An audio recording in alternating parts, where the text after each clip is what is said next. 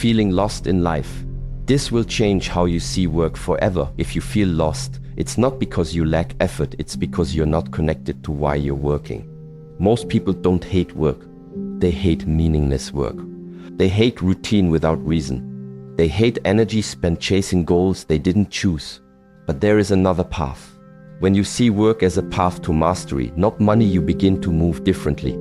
Work doesn't drain you. It awakens you. And it reveals who you really are. You're not lazy, you're unaligned. The lie most people live under is that they're lazy, that something in them is broken, that their lack of consistent output is a personal failure. They internalize their low energy as weakness, their procrastination as a character flaw, their fatigue as proof that they're just not wired for discipline. But here's the truth, most people aren't lazy. They're disconnected. They're unaligned. What looks like laziness from the outside is often the body and mind resisting a life that no longer fits. You're not unmotivated because you lack willpower, you're unmotivated because you've been running on autopilot, pouring your time into things that don't connect to your soul. And when your internal compass isn't engaged, no amount of routine, hustle, or self-judgment will pull you forward in a sustainable way. Laziness is rarely a lack of effort, it's a lack of clarity. The mind and body are built for movement, for pursuit, for creation, but not blind motion, not obligation without purpose, not effort without alignment.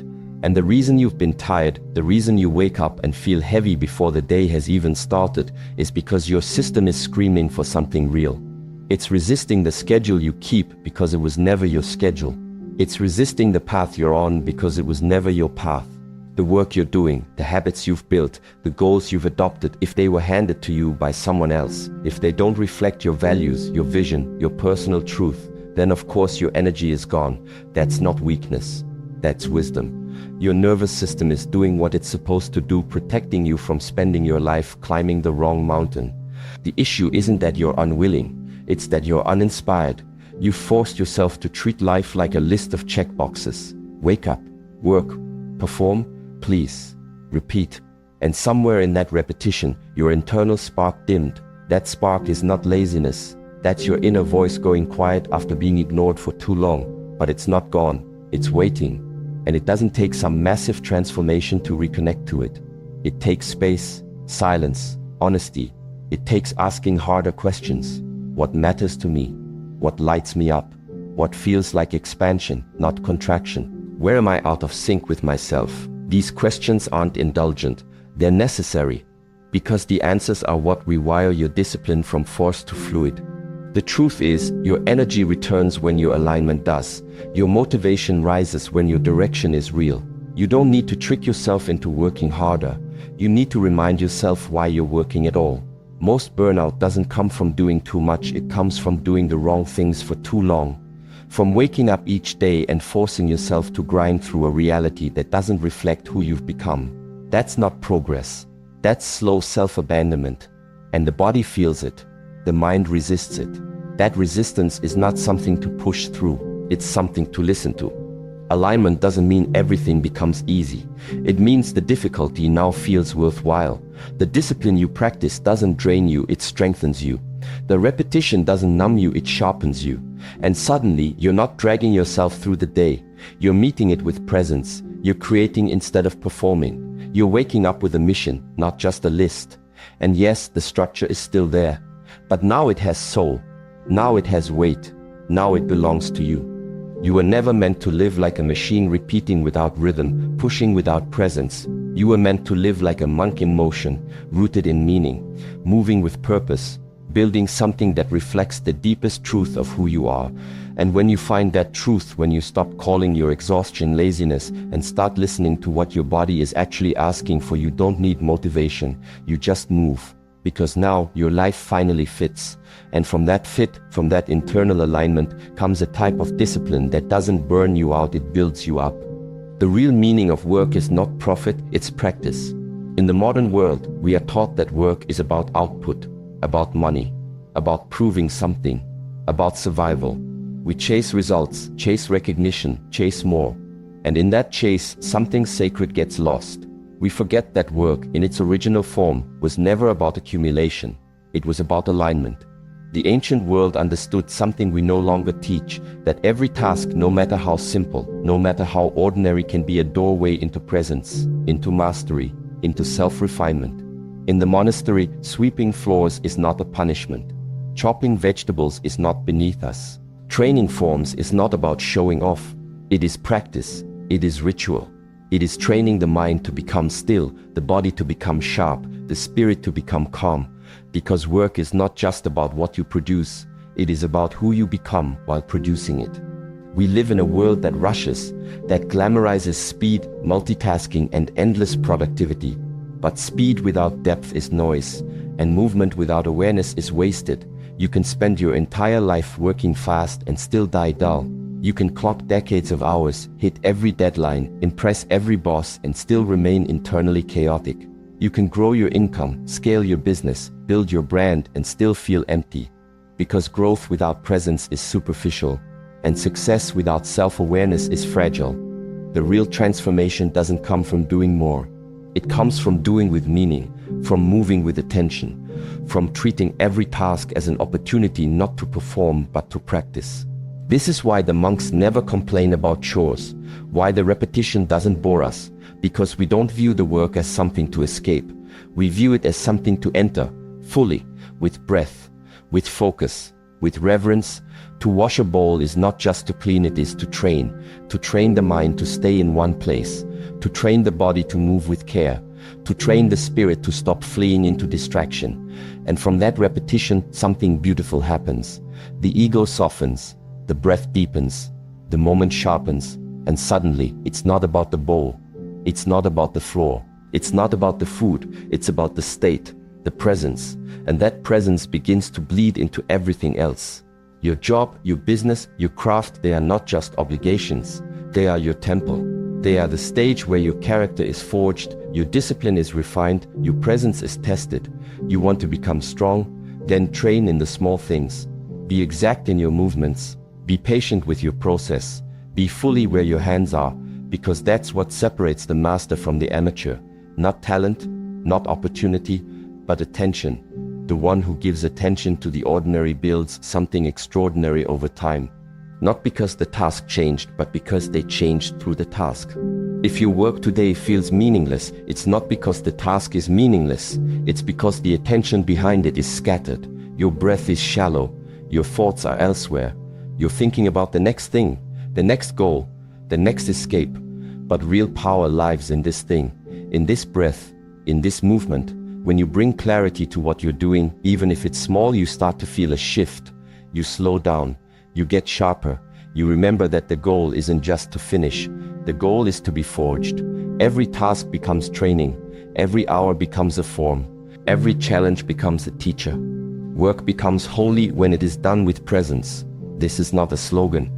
This is a discipline. And if you learn to live this way, something deep inside you changes. You become less reactive, less desperate, less chaotic. You don't need everything to be exciting because your stillness is the reward. You don't need applause because your attention is enough. You don't chase meaning because you are making meaning with every movement. That is the art. That is the path. And when you live like this, even the smallest job becomes part of your mastery. So the question is not, what am I doing today? The question is, how am I doing it? Because profit may come and go, status may rise and fall. But who you become through your work, that is what stays. That is what sharpens. That is what will carry you through every storm. Chasing without purpose will make you feel empty. You can work harder than everyone around you and still feel completely disconnected. You can fill every hour, every minute with motion, emails, calls, plans, deadlines, and still fall asleep with a heaviness that ambition cannot lift. Because effort without vision is not fulfillment. It's fatigue in disguise. It's a performance with no center. And that performance, no matter how polished it looks on the outside, leads to one destination: spiritual exhaustion. We live in a time that glorifies the grind, that equates busyness with importance and motion with success. But motion is not the same as meaning. Just because you're running doesn't mean you're moving in the right direction. Just because you're building doesn't mean you're becoming. The truth is, most people are not chasing what they want, they're chasing what they were taught to want. They don't even realize it. Their ambition was handed to them. Their goals are inherited, their timeline is borrowed, and their entire life, without even knowing it, becomes a response to fear. The fear of being left behind, the fear of being average, the fear of disappointing family, the fear of not being enough. So they fill their calendars to avoid sitting still long enough to feel that fear. They run from the discomfort. They hide in their accomplishments. But no matter how fast they move, they can't outrun what's missing: alignment. And without alignment, no amount of progress feels like peace. You wake up every day and push harder, but something still feels off. That off isn't failure, it's disconnection. You are not meant to run endlessly. You are not built for chaos as a lifestyle. You are designed for direction, for disciplined, intentional movement. You are built to bring presence into what you do, not just performance. And if you feel like you're pushing and still feeling like it's never enough, pause. Just pause. Ask yourself, what am I actually chasing? And more importantly, why? Whose voice shaped that goal? Whose expectation is driving this urgency? Did I choose this path, or did I inherit it without reflection? These aren't small questions. They're the beginning of your real power. Because when you pause long enough to see your own patterns, you begin to reclaim the direction of your energy. You stop living from pressure and start living from principle. That doesn't mean you quit everything. You don't need to abandon your life to find purpose. You need to change how you relate to it. You need to bring more awareness to your work, not just to what you do, but how you do it. The shift isn't in leaving your job. It's in transforming your relationship to the task in front of you. That email, that meeting, that repetitive process, it's not the enemy. The disconnection is. When you bring attention to your breath, intention to your movement, and clarity to your effort, your work becomes a practice ground. A dojo, a temple, not a burden, but a mirror. Every task becomes a place where you sharpen yourself, not just as a professional, but as a person. Because real mastery isn't in the role, it's in the awareness you bring to the role. True work doesn't drain you, it renews you, not because it's always easy, but because it's yours. Because it reflects your values, your timing, your clarity. That kind of work gives you energy. It doesn't take it from you. And when your effort is aligned with your internal compass, your progress feels like peace, not pressure. You're no longer addicted to more. You're no longer performing for approval. You're no longer measuring your worth by how much you can produce. You've moved from reaction to intention, from noise to rhythm, from chasing to creating. And this is the deeper truth. The exhaustion you feel isn't coming from the hours, it's coming from the aimlessness, from doing without aligning, from moving without meaning. And the only way to shift that is to bring stillness into the chaos, not to run from the work, but to reconnect with why you're doing it. Set deeper intentions, ask sharper questions. Refuse to go another day building a life that drains you just because the world told you to. You don't have to tear everything down, but you do have to go inward. You do have to recenter. Let your daily work become your dojo. Let it become the place where your mind sharpens, your habits align, and your spirit stops collapsing under the weight of invisible expectations. Let your day be a discipline, not a distraction. Let every task become a return, not to pressure, but to presence. Because that's when the shift happens, not when you slow down, not when you escape, but when you finally decide that your work will no longer just be about results. It will be about rhythm, about meaning, about becoming. Work isn't something you escape, it's something you infuse with meaning. We live in a culture that teaches people to escape their work. Find your passion, they say. Do what you love, they shout. But in that shouting, they plant a subtle and dangerous lie. That meaning is something your job should hand to you. That fulfillment is waiting for you in a different title, a better salary, a more creative role. So people chase jobs like they chase peace, thinking the right one will fix everything. But they forget that no job can save you from the way you show up to it. You were not born to escape your life. You were born to infuse it with presence, with structure, with intention. That means even the mundane, even the repetitive, even the parts of your day you don't enjoy can be forged into something meaningful when done with the right internal power. The real question isn't, do I like this task? That's shallow. That's fleeting. The real question is, who am I becoming as I meet this task with focus? Because what you do will change over time. But how you do it, that's the foundation. That's the discipline. That's the mirror. You may not be in your dream role yet, You may not feel inspired by your work today, but that doesn't mean the day is meaningless. Meaning is not handed to you. It's extracted through attention, through awareness, through the way you carry yourself in each moment of effort. You don't need your job to be perfect. You need your presence to be practiced, because when your presence is sharp, even the smallest task becomes a dojo, a training ground, a spiritual weight that builds the strength no resume ever reflects. If you want your work to evolve how you approach it. Don't wait for your environment to shift your energy first. Carry yourself like the person you're becoming. Walk differently. Breathe slower. Let silence replace the noise. Let every movement become deliberate. Let your focus become like a blade, clean, still, cutting through the distractions. Suddenly, the same work begins to yield new results. Not because the task changed, but because you did. Your energy is no longer leaking into overthinking, complaining, wishing, comparing. It's now rooted, it's now disciplined, it's now aligned. And alignment transforms everything. You gain more from the same hours because you've stopped abandoning yourself in those hours. You're now present, fully, and presence when repeated becomes momentum. Work isn't a cage, it's a mirror, and that mirror is always showing you something. If you bring chaos, you will find frustration. If you bring resistance, you will feel stuck. But if you bring clarity, your work becomes your teacher. If you bring structure, your work becomes your path. If you bring awareness, your work becomes your refinement. It's not about the job. It's about your rhythm inside the job. That rhythm is what builds strength. It's what builds character. And character, real, unshakable character, is the only thing that carries you through storms without losing your footing. This isn't about romanticizing misery.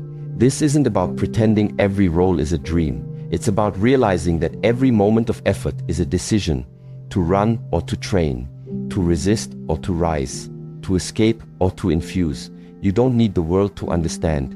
You don't need the work to be exciting. You just need to ask yourself, what energy am I bringing into this? Because whatever you bring in, you'll see it reflected right back at you. That's the mirror. That's the law. And no title, no paycheck, no recognition can replace that truth. So stop waiting for your work to make you feel right. Start showing up in a way that makes it right. With breath, with presence, with precision. And watch how the same work you once wanted to escape becomes the very place that makes you unstoppable. Mastery only comes through repetition with awareness. Mastery isn't a product of talent. It's not gifted. It's not found. And it's not given by inspiration or motivation. It is earned slowly, quietly, repetitively. While the world celebrates novelty, monks build their lives on the opposite, repetition, not for the sake of perfection, but for the sake of presence. You don't become strong because you did something once. You become strong because you did it 10,000 times, each time with full attention, each time with full breath, each time as if it was the first. And that is what separates a person who is disciplined from a person who is distracted. It's not how many things they can do, it's how deeply they can do the one thing in front of them. Most people give up too soon, not because they're weak, but because they were never taught what real repetition requires. They think repetition means boredom. They think structure means suppression. But repetition without awareness is slavery. Repetition with awareness is liberation. The action is the same. The rhythm is the same. But the energy behind it, that's what changes everything. You can sweep the floor 100 times and stay stuck.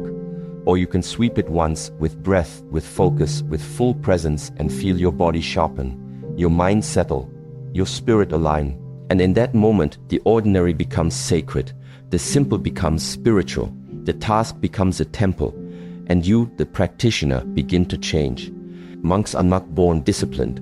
No one is. Discipline is not genetic. It's not personality. It's trained. It's built. It's chosen. Every day, in the most mundane of moments. When others rush, we slow down. When others check out, we check in. When others repeat from habit, we repeat with intention. Because we understand something the modern world has forgotten. Freedom does not come from avoiding repetition. It comes from owning it.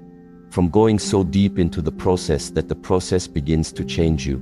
That's the paradox. The thing you think is boring, the job, the routine, the practice, is actually your path to power, but only if you are awake inside it. Your job is not killing your passion. Your lack of presence is. your tendency to rush through tasks while thinking of the next thing, your habit of checking the clock instead of checking your breath, your constant escape from this moment in search of a better one. And it's not that the task is wrong, it's that you're only half inside it. Half focus drains the soul, but full attention, full breath, that gives life back to the moment. And when you live like that moment by moment, you stop needing constant change to feel alive. You stop chasing stimulation. You begin to experience something deeper, stillness in motion, power in silence, joy in the ordinary. This is how monks train. We don't seek variety. We seek depth, the same movement, the same walk, the same silence, not because we're avoiding growth, but because this is where growth lives. Inside the repetition, inside the rhythm, inside the moment that most people overlook because they're moving too fast to feel it. But when you slow down, truly slow down, and give yourself fully to the practice, your entire system begins to shift. Your breath deepens, your awareness sharpens, and the thing that used to feel like a cage, it becomes your dojo. The very thing you thought was confining you starts to reveal your strength, not because it changed, but because you did. You want freedom, then earn it through mastery. You want mastery, then earn it through repetition. You want repetition to work for you, then bring awareness into it. Let every movement become intentional. Let every breath become sacred. Let every step become a choice. This is not about being robotic. It's about being fully alive in the repetition that the undisciplined mind would label as dull. You are not here to be entertained. You are here to evolve. And evolution requires stillness in structure, depth in discipline, awareness in action. So take whatever you do today, your work, your practice, your routine, and slow it down. Feel the weight of the task. Feel the resistance rise. Then breathe through it. Stay in it. Let the boredom surface. Let the emotions swirl. And keep going, not mindlessly, but mindfully. That's when everything shifts. That's when practice becomes transformation. That's when the task becomes the teacher. And you begin to rise not because you finished something new, but because you finally became someone different inside something old. Freedom through discipline is not a contradiction. It is the highest form of happiness. And it only lives on the other side of repetition with awareness. You don't need to escape work. You need to transform how you see it. The real purpose of work is not survival. It is awakening. And that shift, when it happens, changes everything. You no longer wake up heavy. You no longer feel lost, because your energy is now aligned with growth. You train your body not because you have to, but because you want to carry yourself with strength. You build your business not just to earn, but to express your mission. You go to work not because it's Monday, but because every moment becomes a practice ground for presence, resilience, and awareness. This is the path. You stop escaping and you start evolving.